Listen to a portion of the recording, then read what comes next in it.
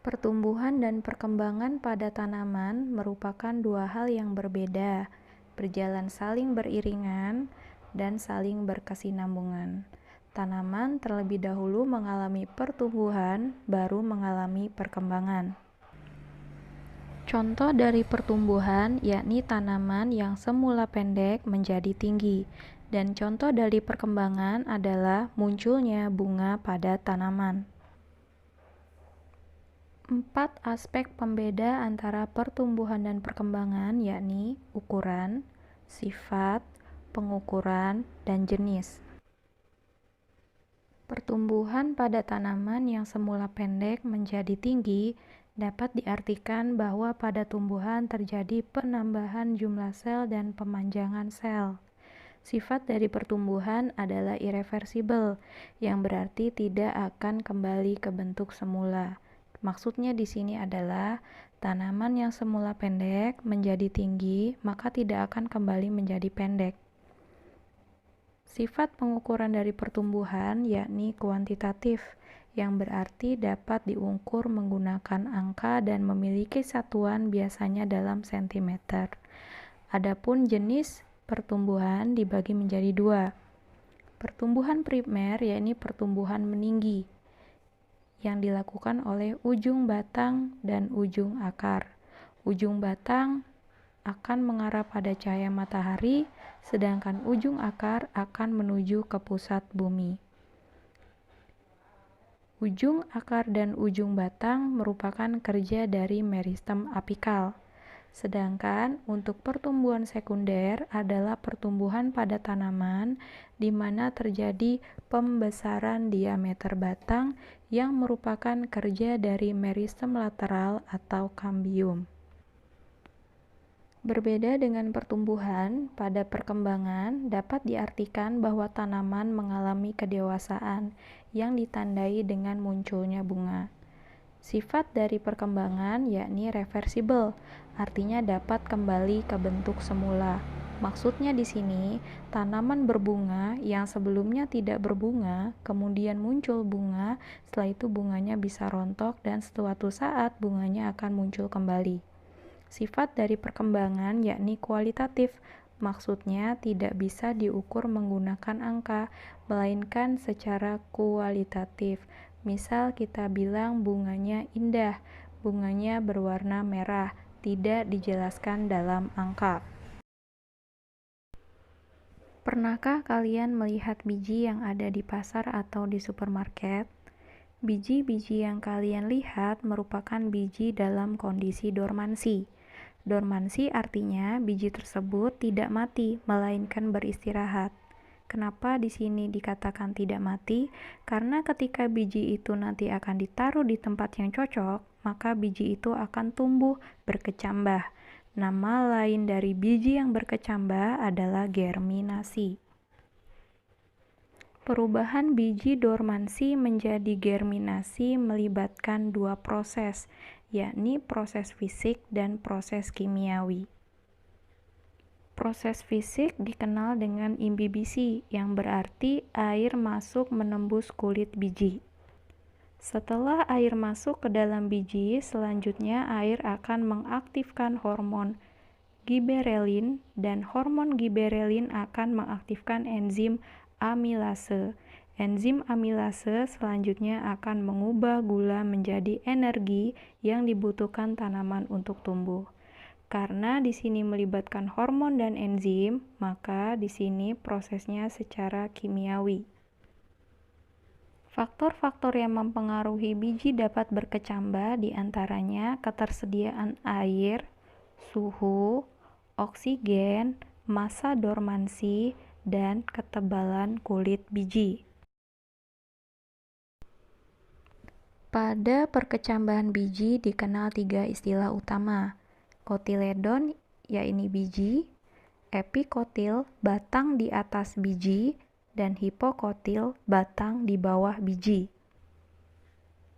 Terdapat 2 tipe germinasi pada biji, yakni epigeal, contohnya kacang hijau, dan hipogeal, contohnya kapri. Pada gambar A, tipe perkecambahan epigeal dengan ciri kotiledon berada di atas permukaan tanah.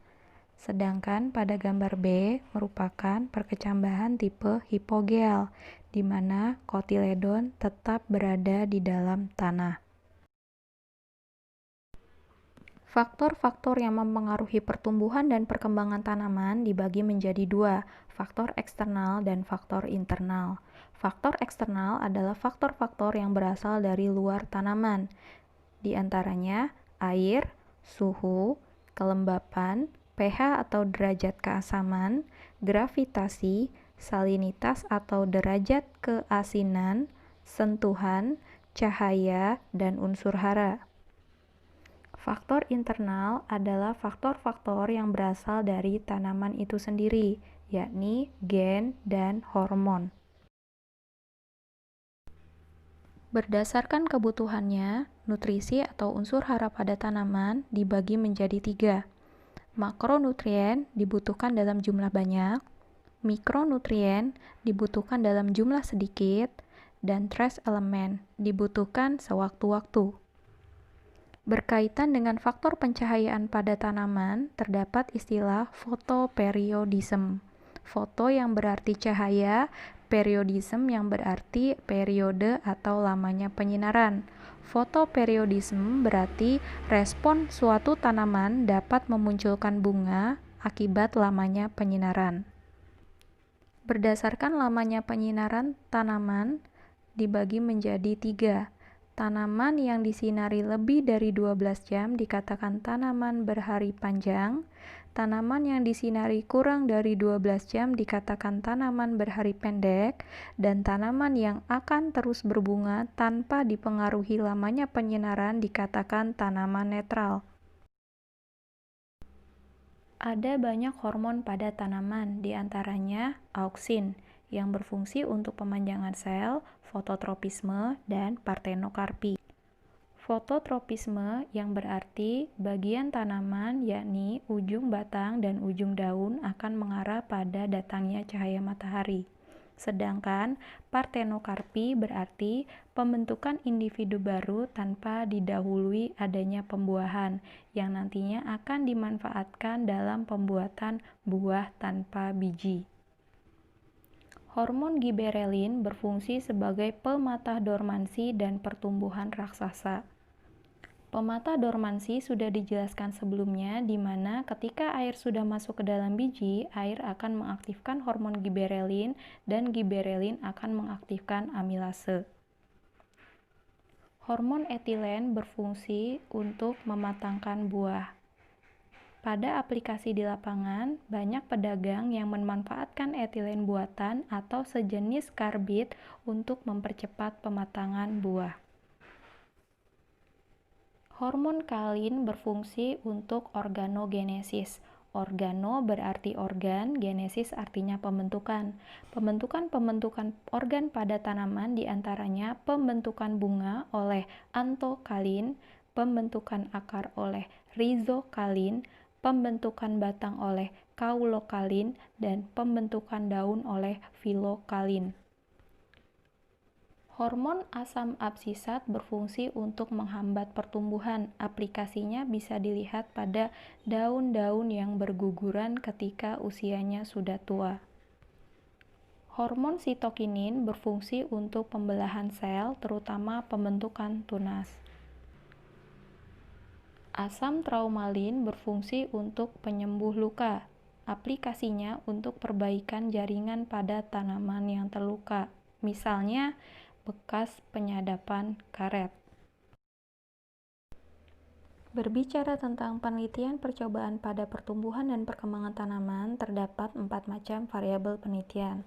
1. Variabel kontrol yang berarti bersifat sama atau seragam. Semua dibuat sama, semua dibuat seragam, tidak ada yang berbeda. Kedua, variabel bebas. Sesuai dengan namanya, maka kita memberikan perlakuan yang tidak sama atau perlakuan yang berbeda satu sama lain. Ketiga adalah variabel terikat, yakni variabel penelitian yang akan kita amati. Misalnya yang kita amati adalah pertumbuhan tanaman cabai. Maka dari pertumbuhan itu yang akan kita ukur adalah tinggi batang, lebar daun. Yang keempat adalah variabel intervening, yakni variabel yang berada di luar kendali kita, bahkan bisa dikatakan sebagai variabel pengganggu. Sebagai contoh, kita akan melakukan percobaan dengan judul pengaruh media tanam terhadap pertumbuhan tanaman. Maka, alat dan bahan yang kita butuhkan yakni cawan, biji, kapas, tanah, kerikil, dan air. Variabel kontrol berarti variabel yang diseragamkan. Jika kita memiliki 3 perangkat, maka dari 3 perangkat percobaan kita harus menyeragamkan jenis cawan, jumlah biji, dan banyaknya air yang disiramkan. Variabel bebas adalah variabel yang dibuat tidak sama.